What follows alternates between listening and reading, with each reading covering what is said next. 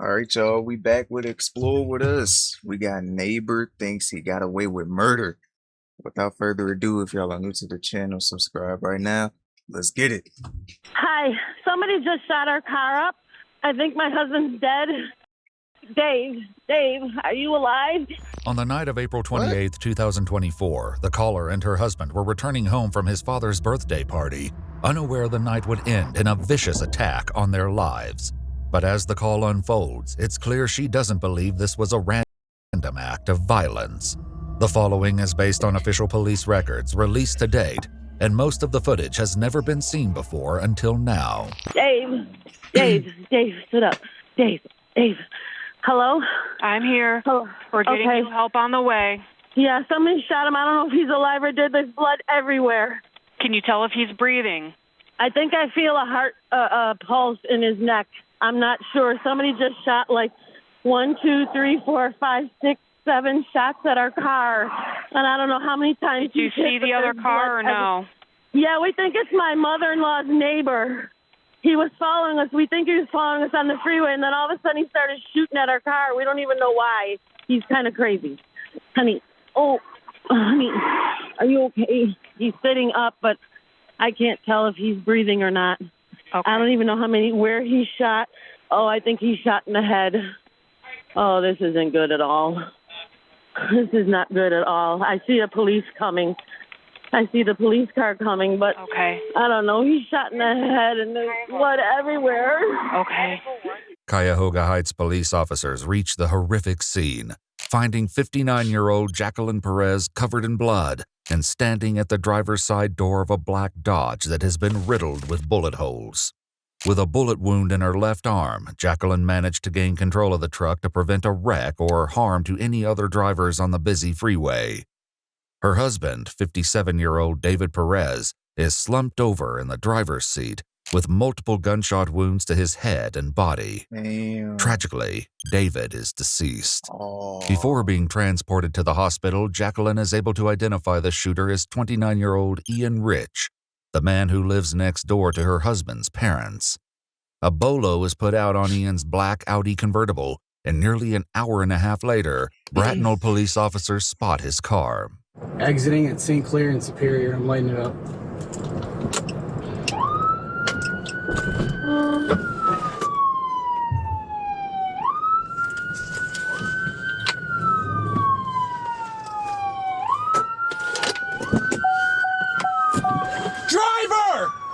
Driver! Hands out the window! Open the car door outside the window! Unlock the vehicle! Hands outside the window! Open the door! Keep your hands where I can see them! Keep your hands up! Step out of the vehicle! Face away from me! Hands in the air! Walk backwards to the sound of my voice! Stop! 92! Handcuff! Do not look at me! Stay there!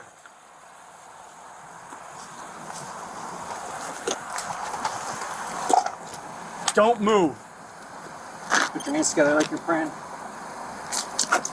There. We'll explain. Damn, he got the dog in there too. Look at the dog. Dog, like, what the hell going on, bro? Everything together like you're praying. There. We'll explain everything. What's the dog's name? Sienna, sorry. Come here. Come here, bro. You handcuffed? Walk this way. Walk this way. You don't got anything on you to get in trouble, do you? I have knives. Okay, let's walk this way. I got all kinds of stuff. The officer removes everything from Ian's pockets, while the other secures his dog Sienna safely in the back seat of a cruiser. Anything else? No guns on you? What's this? Oh, you leave?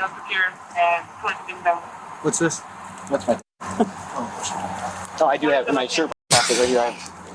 Pause. Pause. Pause. Oh, I do have in my shirt pocket right here. I have. Where's my shirt pocket? Okay, I got it. I got some drugs. Okay, there's a crack. My boy had McDonald's. I'm seeing a whole bunch of trash. Bruh. Hey, there's a crack pipe in plain view. Do you have ID on you? No. What's your name? My name's Ian. Ian what? Last name Rich. Rich? Yeah. Do you have crack on you?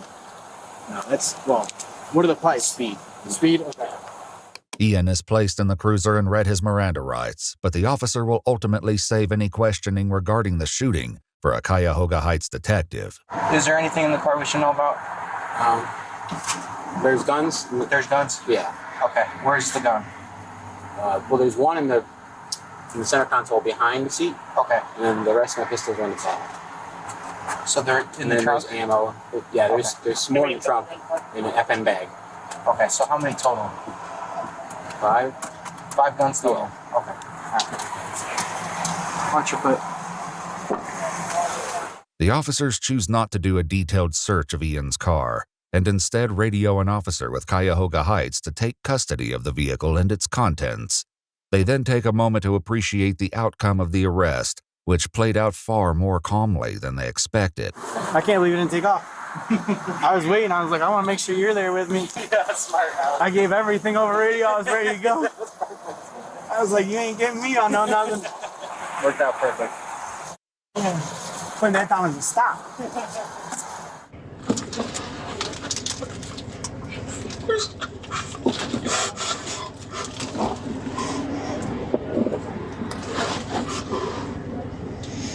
An officer with the Cuyahoga Heights Police Department arrives and takes a closer look at Ian's car. Where are the 5? The 5 he said are in the trunk, right? He said, I think they're at the car. I didn't touch anything. I'm willing to bet they're... You want me to roll down the back window for you? Center console area? Man, this dude car dirty, bruh. Bro, I see a McDonald's Big Mac. I see just a whole bunch of filth in that car, bruh. I didn't touch anything. I'm willing to bet they're... You want me to roll down the back window for you? Center console area? They're probably in there. Yeah, I'm not even going to touch it. Officers begin transporting Ian to Strongsville jail for questioning. But as for his dog Sienna, officers discuss whether a neighbor can retrieve her, or if they will be forced to take her to the local pound. I would just rather, if it came to that, I'd rather go to my mom. Okay. My mom's got another dog. Okay. She doesn't want to take care of her, but she will if she has to. And it wouldn't be the first time. Ian's dog Sienna has been collected by the Newburgh Police Department on more than one occasion, and each time his mother agreed to collect the dog. But Sienna's history with the police pales in comparison to Ian's, which spans multiple encounters over several years and will later shed a tragic new light on his actions tonight.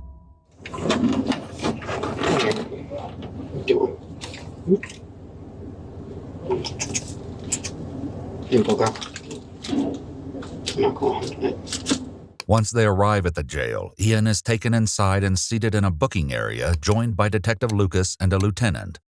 The following interrogation has been analyzed by a retired detective, who is also a licensed polygraph examiner, as well as a former hostage negotiation commander and instructor. Ian's Miranda rights are not read by Detective Lucas on camera prior to conducting this interview, as an officer has already read them at the scene. However, the delivery of the rights by another officer creates potential issues. If Ian didn't fully comprehend the warning, any statements he makes going forward could be challenged in court. I got this blister. Okay. It's been getting worse and worse. And it's like infected. Sure, honestly, it would be good to get it taken care of. Okay. Just get a look at it. We'll take care of it Right after I got tape on it. we have a little conversation, right? A critical first step in any interview is establishing a baseline of the suspect's knowledge, awareness, and mental state. Given that Ian has a known psychiatric history, Detective Lucas should have assessed his orientation and level of understanding by asking basic facts such as the date, where they are, or why they're here. Instead, he begins the interview by asking Ian to describe his day, which he says began at around 10 o'clock this morning. What did you do after 10 o'clock when you woke up? Tried cleaning up my garage. Okay. Doing a lot of demolition in there, I guess. Okay. Trying to renovate it. Newburgh Heights police records show a pattern of alarming behavior at Ian's home, including repeated noise complaints and property damage. 2 weeks before the shooting, his mother told officers the house was unlivable, with walls torn down in every room, and that Ian had been drilling into the foundation because he believed his neighbors were, quote, doing things underground. She also reported that he had schizophrenia and was self-medicating with drugs. The detective began appropriately by asking Ian what he did after waking up, which is an effective open-ended question. However, rather than allowing Ian the opportunity to speak freely, Detective Lucas quickly interrupts and shifts the conversation to his drug use. What kind of drugs are you on? It's meth. Meth? Yeah. Okay. How long you been on that? Not that long. Not long. Why'd you get on? I was on it for a few years. Okay. Non-stop. Every day. And then I went to rehab. Okay. For some reason got back into it when I lost my job again. Okay. So, yeah, that's been a problem. That's why I'm here, I guess. Gotcha. How often do you use meth? Lately, it's been every day. Every day? Yeah. Okay. When's the last time you used? Yesterday. Once the conversation returns to establishing a timeline, Ian says that after waking up, he went to AutoZone, returned home, and later went out to dinner. Then, after 9 p.m., his female friend Ashiana sent him a text message, and he decided to go to her house for a visit.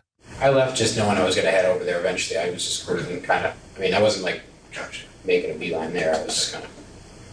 So what if there was a camera that saw you getting on 77 South? Around that time. Well, I might have went south, yeah. Okay. You might have went south? I don't know. When I left, I was just cruising. Okay. Yeah. Gotcha. Yeah. But in reality, Ian followed Jacqueline and David Perez as they pulled out of his parents' driveway and began shadowing them in his car, as seen on multiple security cameras that recorded his every move. In an interview filmed 3 days after the shooting, Jacqueline, along with David's parents Sally and Ted, shed light on the incident. They explained they were celebrating Ted's birthday just before David and Jacqueline left at 9:21 p.m. And it wasn't long before David realized Ian Rich was behind them. I said, well, I'm gonna call your dad, Okay. which I have the time. I called him at 9:26. And I called him and I said, your crazy neighbor's following us again. Okay. And that's when the bullets hit us. I didn't know, I thought he threw a rock at us because I just seen it looked like pebbles in that, but I guess it was glass. Okay. And that's when I looked, I don't even know where he went after that. I looked at my husband and he was slumped over. Okay. And I'm thinking, okay, I gotta how do I stop the truck? Okay. Because I was all over, it was all over the road and I couldn't get him out of the truck. And so, because it's a push button, Yes. thingy, so I don't even know how it stopped. I have no idea, but Okay. Did your husband? I think he died instantly because he was already, when I looked over, he was slumped over Okay. already. Do you know who your neighbor is? Yeah. What's his name? Ted. Ted. Ted Perez. Okay. Have you ever had any issues with him or? No. I don't really know why you'd be. Did you follow that vehicle today? No. What if we had video of your car behind him? I might have been behind somebody. I didn't follow Ted. Okay. But Ian's confident assertion that he didn't follow Ted is the truth, given it wasn't Ted that he followed, but Ted's son, David. Detective Lucas needs to slow down, both mentally and physically. He should take time to refocus and allow Ian to speak freely without interruption, which could lead to gathering critical information. Instead, the miscommunication continues as Detective Lucas questions ongoing problems with Ted, and not the true victim, David. Was there a problem that occurred with you and Ted prior to what happened? not that I know. I had like a time where it was from the drugs. I thought that maybe they were like trying to mess with me or something. Okay. And this is years ago. Gotcha. But other than that little episode that I had, it was like I don't know, it was like delusional or something. It was a while ago. Mhm. Other than that episode, I've never had any thoughts like that. But what Ian describes as a little episode is far from the truth. According to Newburgh Heights police records, Ian's delusional thoughts about his neighbors have been occurring repeatedly for years. Incident reports detail Ian's concerns that his neighbors were spying on him using advanced high-tech equipment, including a laptop with an overhead view of his house. In June of 2022, he was committed to a psychiatric hospital after insisting his elderly neighbors were trying to murder him and stating he will take matters into his own hands. Now, we've never met him. Okay. We've never talked to him. We've never seen him. He just knew his car. Okay. So you don't really even know what he looks like? No, I never Only looked from our until I ring seen that cameras. picture. And yeah. those ring cameras don't give you a real clear picture of his Yeah. face, and that was another thing too. He always walked with his head down. Yeah. He never walked with his head straight ahead. Okay. According to court documents, Ian exhibited extreme erratic behavior. He had become convinced that his neighbors were working with the FBI, conspiring to kill him through radio waves or poison in the ground. He thought her name was Okay. okay, and that she worked for The FBI, FBI. and that I had all kinds of lasers and stuff going into his house where I could hear every conversation and I could see everything that he was The doing. reason why I'm saying that is because it was my sister. Okay. So that's why he had to Google that. But we never had no kind of confrontation with her at all. There wasn't, he cut on the side of his house, which was his property. She always had flowers there for years.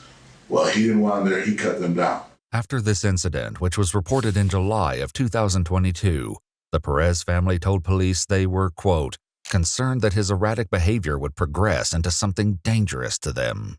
That time, there was nothing. There was no FUs, no throwing nothing over. Nothing. There was never like a fear of him or anything. What? Oh, yeah. There was a fear of him. There was a fear. Because of the stuff that He was did, doing. And this is something I want to emphasize, and this is causing us a problem. I seen his dad one day. This is a couple years ago, and I said to his dad, I says, can I have your phone number just in case I call you if something happens over here? He says, yeah. He gives me his phone number, and I asked him, I said, does he have any weapons in there? And his father's reply to me was, you don't have to have that weapon to hurt somebody. Yeah, I'm Lieutenant Grabowski. All those firearms are registered to you, purchased legally? Right. They should have all been in the car except for my rifle. What do you use that Marlin for? Hunting or anything? Or? Just targets. I haven't shot it in a while. Okay. Detective Lucas should have paused here to ask more questions, such as, when was the last time you fired a firearm? And what type of firearm did you shoot? So all those guns, are they loaded? Should all... One that I had with me was not loaded. Once again, he misses the opportunity to press Ian further by asking a simple question. If all of his guns are typically loaded, why was the one he had with him empty? If I were to ask you, did you fire a gun tonight? You did? No. Okay. Note the way Ian first nods yes, then answers no to the question. This contradiction between verbal and nonverbal communication is significant. If I were to ask you, did you fire a gun tonight? You did? No. Okay. The detective repeatedly uses the phrase, if I were to ask you, instead of just asking directly. Overall, his questioning is scattered. Man, this is sus, bro. Who the hell is this detective, bro? I ain't gonna lie, you need to be fired, bro. I'm gonna just say it, bro. You need to be fired. I mean, you need to be fired. I mean, that's all I can say. Ask you, instead of just asking directly. Overall, his questioning is scattered and lacks structure. The lieutenant interjects, asking a question of his own. You have no idea why you're up in this jail right now? No. That's a very serious reason why you're in this jail tonight. Okay. Right. We're not here because of the drugs. Something bad happened today. Very bad. Okay. And we're trying to figure out exactly what happened. After being told that something bad happened, Ian nodded his head in agreement. But what's more important is that he showed no obvious surprise, concern, or curiosity in the form of follow-up questions. Is there any reason why you're not asking us what happened? Well, yeah, no. What happened? I didn't follow him. I know. Like they knew that I had that episode, and I thought that they were trying to. Let me ask you a question here, real quick. What put you over in Euclid and East Cleveland and all those other areas? Why were you over there?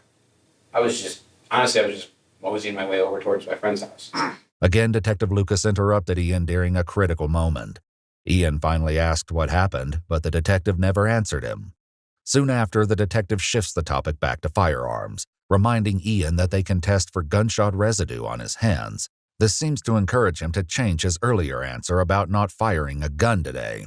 I might have accidentally fired it in my garage. Okay. If I was to tell you that there was bullet casings that were picked up on 77 South, are any of those casings going to come back to any of the guns that you own? I ain't gonna lie, this is making my head hurt, bro. This is irritating me. I don't think so. Hopefully not. None of my stuff should be on the road there. Okay. This response is noteworthy and should have been addressed further. An appropriate response from an uninvolved individual would typically be a clear no. The detective missed the opportunity to follow up on this statement. If somebody was shot or something, Somebody's dead. okay. Okay? Had died.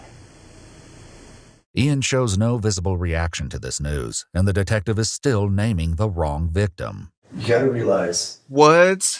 Yeah, you need to be fired, bro. This news, and the detective is still. Ted, bro, this is the actual victim. This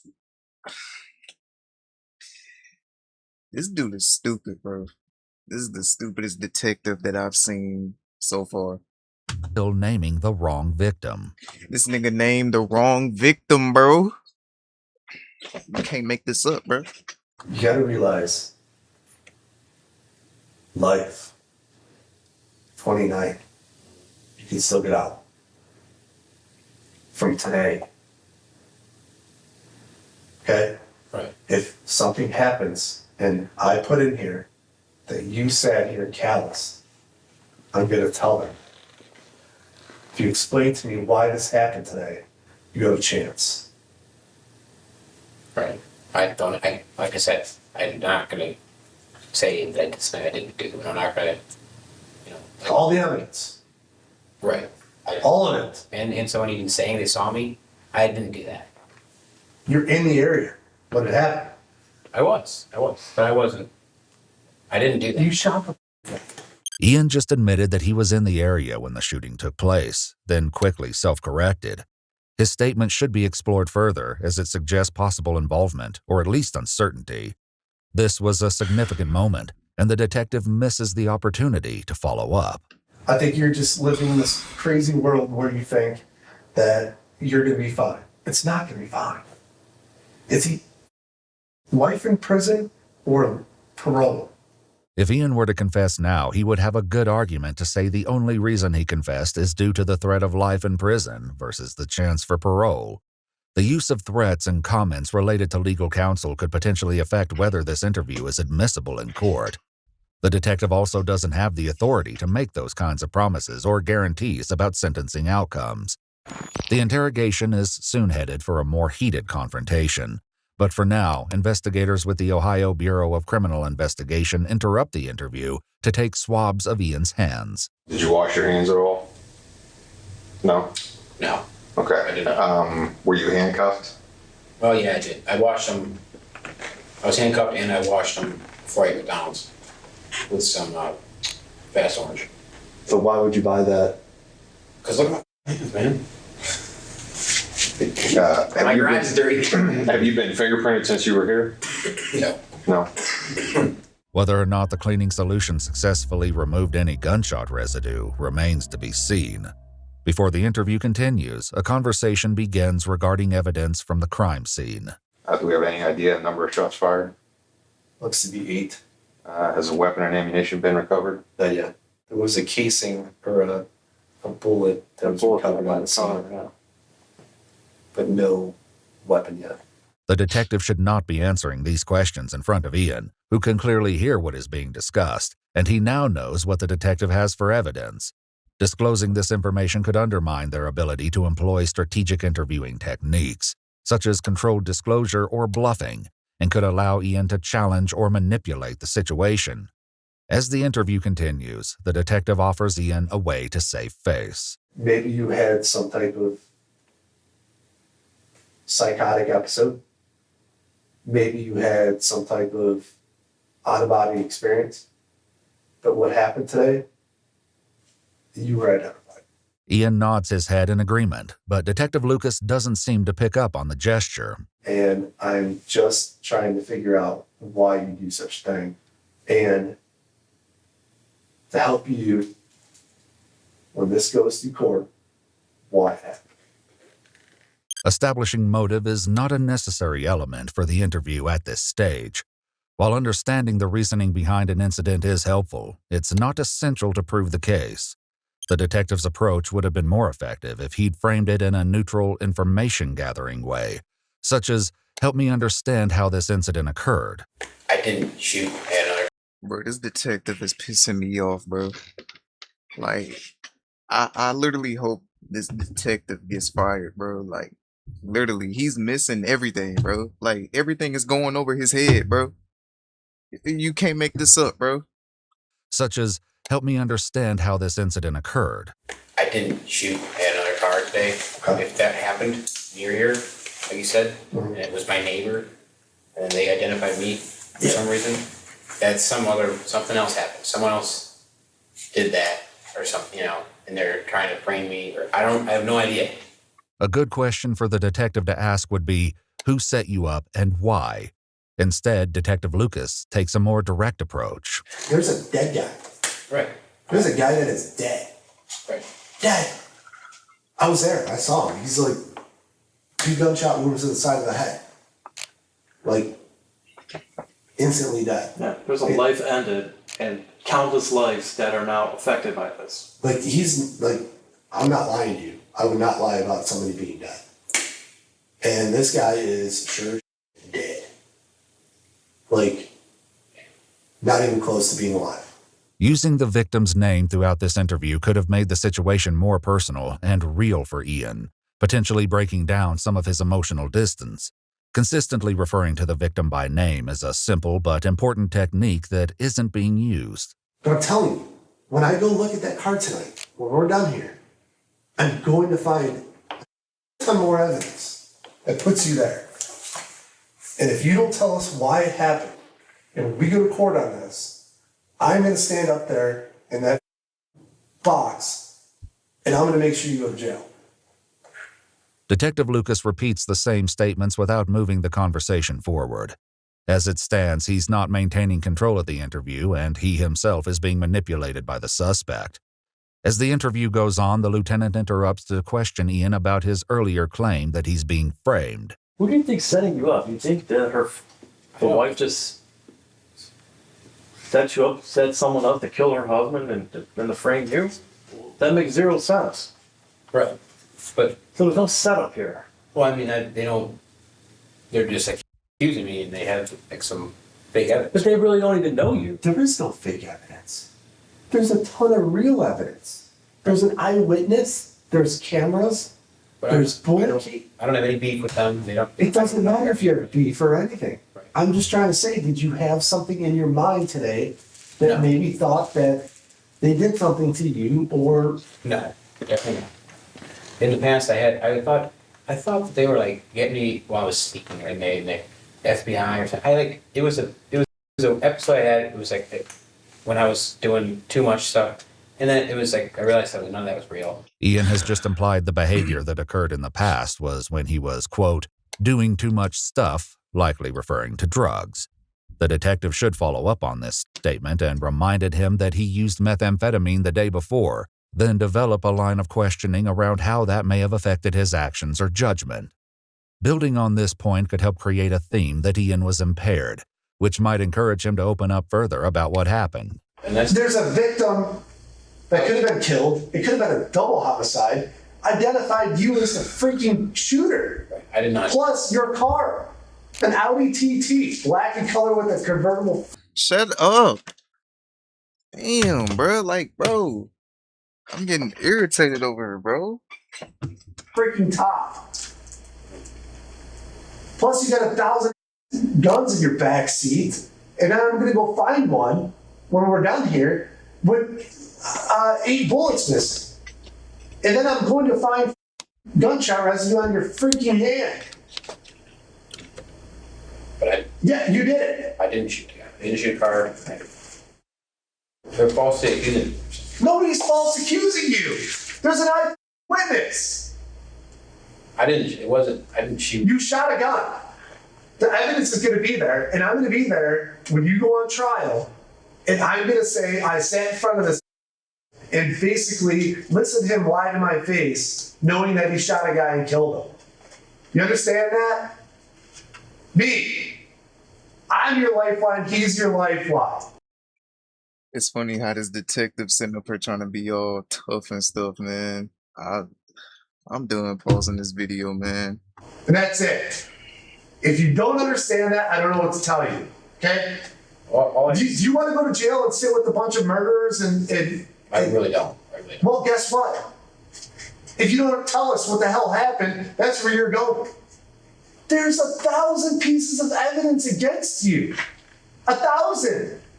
But why would I do that? Ian's question, why would I do that, suggests he's looking for a reason he can use to save face, where an innocent person would simply say, I did not do it. His question presents an opportunity for the detective to introduce alternative explanations or themes. For example, he could suggest the possibility that the firearm discharged accidentally, or that Ian intended only to scare the victim rather than shoot him. Instead, Detective Lucas continues pressing for Ian to share his own motive. There's 1,000 pieces of evidence against you. 1,000. 1,000. Pissing me Why off. would I do that? I don't know. That's why I'm asking. That's why I'm trying to tell you.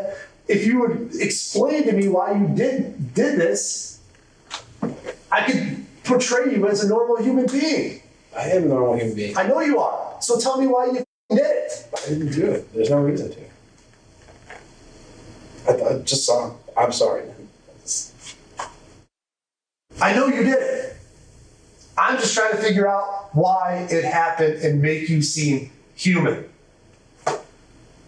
And I know you're going to keep shaking your head, I didn't do it. But one day, you're going to come back and you're like, man, I wish I would have told that stupid detective what happened. Detective Lucas again resorts to making threats and is noticeably becoming frustrated and angry. At this point, it would have been more appropriate for the detective to take a step back or even pause the interview. Like I said, I did shoot a gun recently, and I honestly stand right next to the car, but shooting it, the other day. That's a dude. You think that you were standing next to your car and firing a gun? You're full of. Yeah, I shouldn't be doing that in the garage. Shouldn't be shooting a gun in the garage. But You are full of absolute. if you saw the garage, You're full of. You would know. You're cooked. You're absolutely cooked. That's all I'm trying to tell you. You are cooked. Ian reiterates that he was just out for a cruise tonight, but when he shares new information, the confusion over the victim's identity gets in the way. When I was texting that Ashiana Ron, I did receive a call from Teddy Perez. Okay. After the time of the thing, I didn't see that. That's impossible. He was dead then. So, well, he was dead. You guys are looking at So it just appeared on a phone call appeared on the Facebook. Yes. So did your friend in heaven and calling you? If you got my phone. Maybe he was because he was trying to get after you. Because you just killed him. Once again, Ted Perez is still alive, as the murder victim was his son David. If Ted did contact Ian after learning he was following his son, the opportunity to question him about that call is lost. And I'm trying to help you not spend the rest of your days at 29 years old sitting and rotting in a prison cell because I don't think you're a bad person. I think you made a bad mistake tonight and that was it. That's it. I just don't want to see you rot in a cell. I don't think that's your type of person at all. That is it. Because I'm going to tell you right now, when I go to court, I'm going to bury you. This type of statement is not only inappropriate, but also counterproductive, as it increases resistance rather than encouraging cooperation. A more flexible and controlled approach would likely have been far more effective at this stage of the interview. All right, why don't we just take a break? You go in the cell, you can steal over this whole issue for a little bit. Cigarette. There's cigarettes. No, you can't have a cigarette. Okay. Allowing something small, like a cigarette break, could help ease tension and create a calmer atmosphere, which may make Ian more willing to talk. In this situation, there's little to lose, and it could improve the overall tone of the interaction. However, he's denied. The BCI agents remove and collect all of Ian's clothing, and once they resume the interview, the lieutenant asks a simple question that sends the interrogation on another downward spiral. Is there anything else that you want to say to us? They said someone called about the dog. We're not worried about that dog. Why? Well, I'm worried about a dead guy. I would rather her go to my mom than I don't someone care call. about that dog. I don't. There's a guy that's dead. She's just right. There's somebody that's dead. Right. And you're worried about your dog. Well, I don't want. Listen, having my dog. There's a dead guy, and you're worried about a dog? Somebody's dead, and you're worried about a goddamn dog. Unfortunately, police records make no mention of where Ian's dog, Sienna, was taken following his arrest. There's little effort to build rapport or show compassion towards Ian, and the detective's approach appears to rely heavily on confrontation. With a suspect like Ian, raising one's voice or making threats is not effective and works against the goal of getting useful information. Do you know how they brought that guy back? They actually loaded the truck that he's dead in, hunched over the steering wheel, on a flatbed truck down in the coroner's office to process the vehicle. Okay? Would you want any of your family members being processed like that? No. Meanwhile, David's family struggles with the tragic aftermath of a situation that has been escalating for some time. It's like they kept almost pacifying us, where there's really not much we can do unless he actually hurts you or harasses you, and that wasn't happening. But we would hear him with beating on the walls of his house. Sometimes it would even shake our house because he was beating on the inside walls with sledgehammer and stuff, and he would take that sledgehammer back into his garage and then beat in his garage. I mean, people all over the lady across the street, my neighbors would hear all this. And that's why we were scared of him, because we kept saying, and then the police were there so many times too on a welfare check. His mother would send them over there to check on him and stuff. And we were thinking, when is this guy going to really go off the deep end? And that's what we kept saying to each other, you know, and then look what happens. According to an autopsy report, 57-year-old David Perez ultimately died from 2 gunshot wounds to the left side of his head, as well as 2 to the left arm. Still, Ian refuses to confess that he was the one who pulled the trigger. I hope it burdens you, because if you're not willing to explain what happened or shed light, it makes you seem like you are a cold-blooded killer. If you want to see your parents again, bang a chick again, anything, you better come clean about it. Because bang a chick again, anything, you better come clean about it. Because if not, I will see to it that you don't. But if the evidence and all that does me in, and it does. If not, it doesn't. I'm going with that. I didn't do that. You know, they got me saying I'm behind him. So that there's no reason to. There's no motive. I don't know those people. I don't care about them. You know, I'm a single 20. So why is he messaging you on Facebook? Exactly. I don't know. And why did someone call and want to take my dog? That's not someone that I want. Nobody gives a flying about your dog. Right, but I'm just saying, what if it's, I don't know what's going on, you know? I'm the guy who's just cruising around, I'm just gonna hang with Okay. That's what you want to go with. You want to go with a guy cruising around. No, you want to go with a guy cruising around. Huh? You're a guy that was just cruising around, there's bullet flash, gun flashes coming from a goddamn Audi TT, triple black, into a goddamn truck that was a guy that was killed with an eyewitness. And you're going to sit here and lie to me. You're going to sit here and lie to me all day while I'm sitting here at 3 o'clock in the morning And you're just gonna be like, it wasn't me. It's the dumbest thing ever. It's the dumbest thing ever. Man the up and say what you did. Be a man and say you killed the guy. I don't know why you did it, but just say you did it. You did it. You did it. And I don't understand it. I didn't know. You gone away for a long time. After nearly 3 hours of questioning, 29-year-old Ian Rich left the interrogation without giving a confession. Even without an admission of guilt, the evidence against Ian was damning. BCI investigation reports reveal that Ian tested positive for gunshot residue on his hands, and that the 9mm handgun found in the center console of Ian's car was a match to multiple fired casings recovered from the crime scene. According to court documents, Ian Rich was indicted in May of 2024 on 1 count of aggravated murder, 3 counts of murder, 1 count of attempted murder, 2 counts of discharging a firearm on or near prohibited premises, and 4 counts of felonious assault, all carrying firearm specifications. On May 5, 2025, Ian Rich accepted a plea deal to reduce charges of involuntary manslaughter with a 5-year firearm specification, attempted murder with a 3-year firearm specification, and discharge of a firearm on or near prohibited premises. The court imposed a minimum aggregate prison term of 40 to 45.5 years in prison, with 402 days credited for time served, plus an additional 2 to 5 years of mandatory post-release control.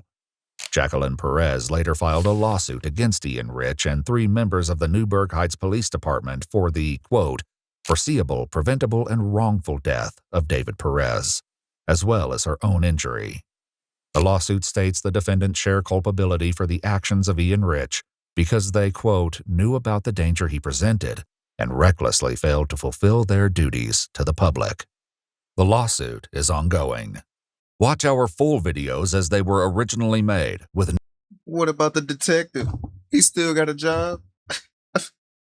What the hell? Like, no update on the detective. Look like detective still got a job. Man, that's it for this video, man. Hope y'all enjoyed it. Let me know in the comments down below how y'all feel about it and what y'all think I should react to next. If y'all are new to the channel, subscribe right now. I love y'all. Stay blessed. And we out of here. See y'all in the next one.